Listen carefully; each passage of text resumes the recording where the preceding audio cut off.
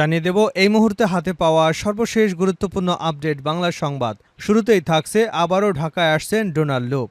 অন্তর্বর্তী সরকারের সঙ্গে যুক্তরাষ্ট্রের সম্পর্ক নিয়ে আলোচনার জন্য চলতি মাসের মাঝামাঝি সময় ঢাকায় আসছেন যুক্তরাষ্ট্রের দক্ষিণ ও মধ্য এশিয়া বিষয়ক সহকারী পররাষ্ট্রমন্ত্রী ডোনাল্ড ট্রাম্প। এ সময় তিনি প্রধান উপদেষ্টা নোবেল বিজয়ী অর্থনীতিবিদ ডক্টর মোহাম্মদ ইউনূসের সঙ্গে বৈঠক করবেন। এবারে জানাবো, নতুন করে মিয়ানমার থেকে প্রায় ৮,০০০ রোহিঙ্গা বাংলাদেশে প্রবেশ করেছে বলে জানিয়েছে পররাষ্ট্র বিষয়ক উপদেষ্টা মোহাম্মদ তৌহিদ হোসেন।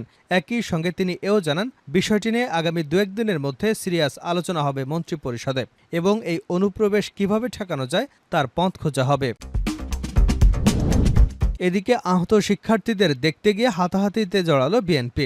বৈষম্যবিরোধী আন্দোলনে আহত শিক্ষার্থীদের সঙ্গে সৌজন্য সাক্ষাৎ অনুষ্ঠানে বিএনপি নেতাদের মধ্যে হাতাহাতির ঘটনা ঘটেছে। মঙ্গলবার রাজধানীর আদাবরে এ ঘটনা ঘটে। বৈষম্যবিরোধী আন্দোলনে নিহতদের পরিবার এবং আহত সদস্যদের সঙ্গে সাক্ষাতের আয়োজন করে মহানগর উত্তর বিএনপি। জানাবো, ৭০ বছরের সাজাপ্রাপ্ত বিএনপি নেতা হাবিব জামিনে মুক্ত। সাবেক প্রধানমন্ত্রী শেখ হাসিনার গাড়িবহরে হামলার মামলায় ৭০ বছরের সাজাপ্রাপ্ত হয়ে দীর্ঘদিন কারাভোগের পর জামিনে মুক্তি পেয়েছেন সাতক্ষীরা ১ আসনের সাবেক এমপি ও বিএনপির কেন্দ্রীয় প্রকাশনা বিষয়ক সম্পাদক হাবিবুল ইসলাম হাবিব। এদিকে চট্টগ্রামে ছাত্রলীগ নেতার ঝুলন্ত লাশ উদ্ধার। চট্টগ্রামের রাউজানে মোহাম্মদ জুবায়ের উদ্দিন আরমান নামের এক ছাত্রলীগ নেতার ঝুলন্ত লাশ উদ্ধার করা হয়েছে। সোমবার বিকাল ৪টার দিকে রাউজান উপজেলার ডাবুয়া ইউনিয়নের ১ নম্বর ওয়ার্ডস্থ ইউপি সদস্য জসিম উদ্দিনের বসতঘর হতে এ লাশ উদ্ধার করা হয়। এবং সর্বশেষ জানাবো আন্তর্জাতিক সংবাদ। ইউক্রেনে রাশিয়ার ক্ষেপণাস্ত্র হামলা, নিহত ৪১, আহত অন্তত ১৮০। ইউক্রেনের পোলতাভায় একটি সামরিক শিক্ষা কেন্দ্রে ২টি ব্যালিস্টিক ক্ষেপণাস্ত্র নিক্ষেপ করেছেন রাশিয়ার সৈন্যরা। এতে কমপক্ষে ৪১ জন নিহত হয়েছে। এ সময় আহত হয়েছে আরও ১৮০ জন। এছাড়াও ধ্বংসস্তূপে অনেকে আটকা পড়ে আছে বলে আশঙ্কা করা হচ্ছে। মঙ্গলবার ভারতীয় সম্প্রচার মাধ্যম এনডিটিভির এক প্রতিবেদনে এ তথ্য জানা গেছে। এতক্ষণ শিরোনাম শুনছিলেন, এবার বিস্তারিত। প্রিয় দর্শক, আপনি যদি এই চ্যানেলে নতুন হয়ে থাকেন, ভিডিওটি দেখতে দেখতে চ্যানেলটি সাবস্ক্রাইব করে আমাদের সঙ্গে থাকুন। আর এই ভিডিও সম্পর্কে আপনি আপনার মূল্যবান মতামতটি কমেন্ট বক্সে জানিয়ে দিন। আর হ্যাঁ প্রিয় দর্শক, জানিয়ে দিন ভিডিওটি কোথা থেকে দেখছেন। ফের ঢাকায় আসছেন ডোনাল্ড ট্রাম্প।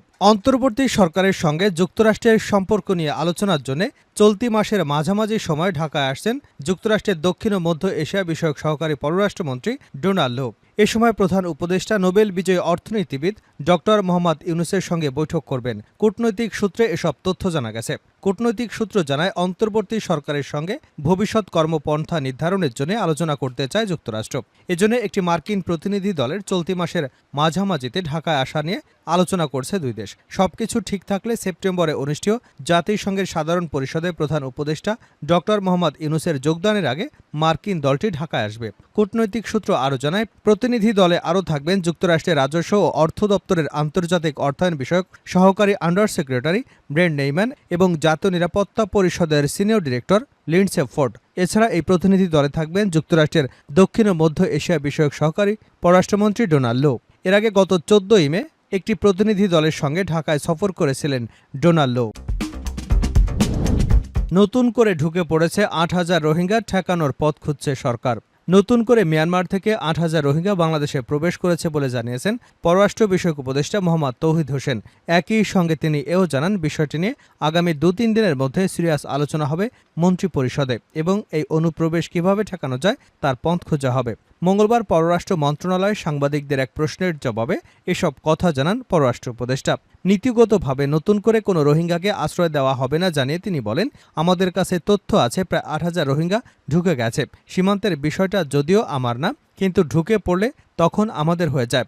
এটা নিয়ে আগামী ২-৩ দিনের মধ্যে সিরিয়াস আলোচনা হবে মন্ত্রিপরিষদে এবং এটা কিভাবে ঠেকানো যায় আমাদের চেষ্টা করতে হবে। মোহাম্মদ তৌহিদ হোসেন বলেন, এটা যথাসম্ভব আটকানোর চেষ্টা করা হবে আর আমরা নীতিগতভাবে নতুন করে কোনো রোহিঙ্গাকেই আশ্রয় দেব না। রোহিঙ্গা অনুপ্রবেশ ঠেকাতে সীমান্ত সিল করা হয়েছে কিনা বা বর্ডার গার্ড বাংলাদেশ অ্যাক্টিভ কিনা এমন প্রশ্নের জবাবে পররাষ্ট্র উপদেষ্টা বলেন, যে কোনো সীমান্ত সিল করা কঠিন, আমরা এটা স্বীকার করি।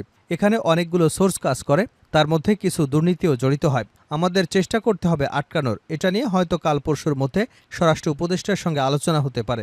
বিশ্লেষক হিসেবে সাবেক এই পররাষ্ট্র সচিব রোহিঙ্গাদের প্রত্যাবাসন সফল করতে হলে আরাকান আর্মির সঙ্গে বাংলাদেশ সরকারের যোগাযোগের কথা বলেছিলেন।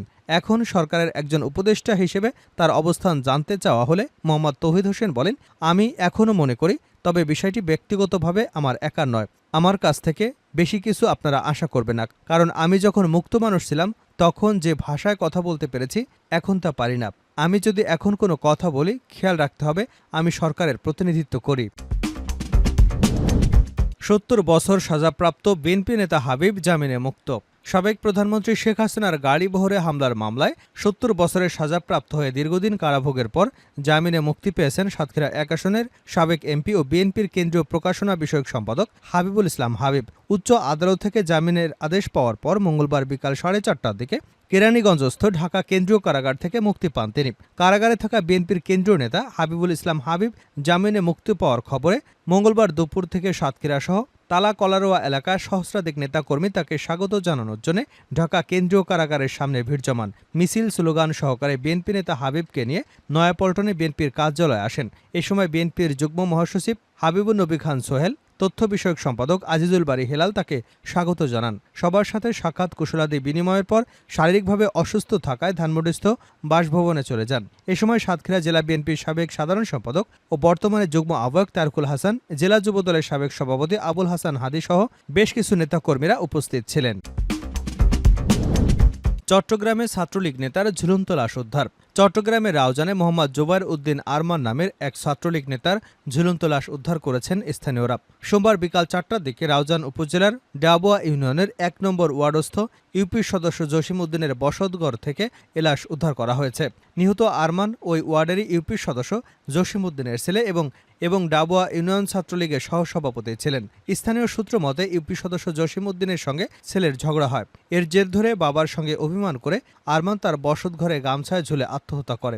এ প্রসঙ্গে ইউপি সদস্য জসিম উদ্দিন বলেন, আমি আমার ব্যবসা প্রতিষ্ঠানে গিয়েছিলাম। ছেলে কী কারণে আত্মহত্যা করেছে আমি জানি না। রাউজান থানার সেকেন্ড অফিসার উপপরিদর্শক নাফিজুল ইসলাম বলেন, এ ধরনের কোনো তথ্য পাইনি। আমি চট্টগ্রামে আছি, খবর নিয়ে পরে জানাতে পারবো। প্রসঙ্গত 2022 সালের 16 মার্চ বিষপানে আত্মহত্যা করেছিলেন আরমানের বোন আরিন সুলতানা নিপা। এর কয়েক বছর পূর্বে তার মাও আত্মহত্যা করেছিলেন। আহত শিক্ষার্থীদের দেখতে গিয়ে হাতাহাতিতে জড়ালো বিএনপি নেতারা। বৈষম্য বিরোধী আন্দোলনে আহত শিক্ষার্থীদের সঙ্গে সৌজন্য সাক্ষাৎ অনুষ্ঠানে বিএনপি নেতাদের মধ্যে হাতাহাতির ঘটনা ঘটেছে। মঙ্গলবার রাজধানীর আদাবরে এ ঘটনা ঘটে। বৈষম্য বিরোধী আন্দোলনে নিহতদের পরিবার এবং আহত সদস্যদের সঙ্গে সাক্ষাতের আয়োজন করে মহানগর উত্তর বিএনপি। আজ বিকাল 3টায় মোহাম্মদপুরের সূচনা কমিউনিটি সেন্টারে শুরু হয় অনুষ্ঠান। মোহাম্মদপুরের আদাবর সহ আশপাশের ওয়ার্ড বিএনপি নেতাকর্মীরাও ছোট ছোট মিছিল নিয়ে এসে জড়ো হন। অনুষ্ঠানের প্রধান অতিথি হিসেবে উপস্থিত ছিলেন মহানগর উত্তর বিএনপির আহ্বায়ক সাইফুল আলম নীরব। অনুষ্ঠানের এক পর্যায়ে নেতাকর্মীদের মধ্যে শুরু হয় হাতাহাতি, ধাক্কাধাক্কি। থামাতে না পেরে পরে এক পর্যায়ে অনুষ্ঠান সমাপ্ত ঘোষণা করেন আয়োজকরা।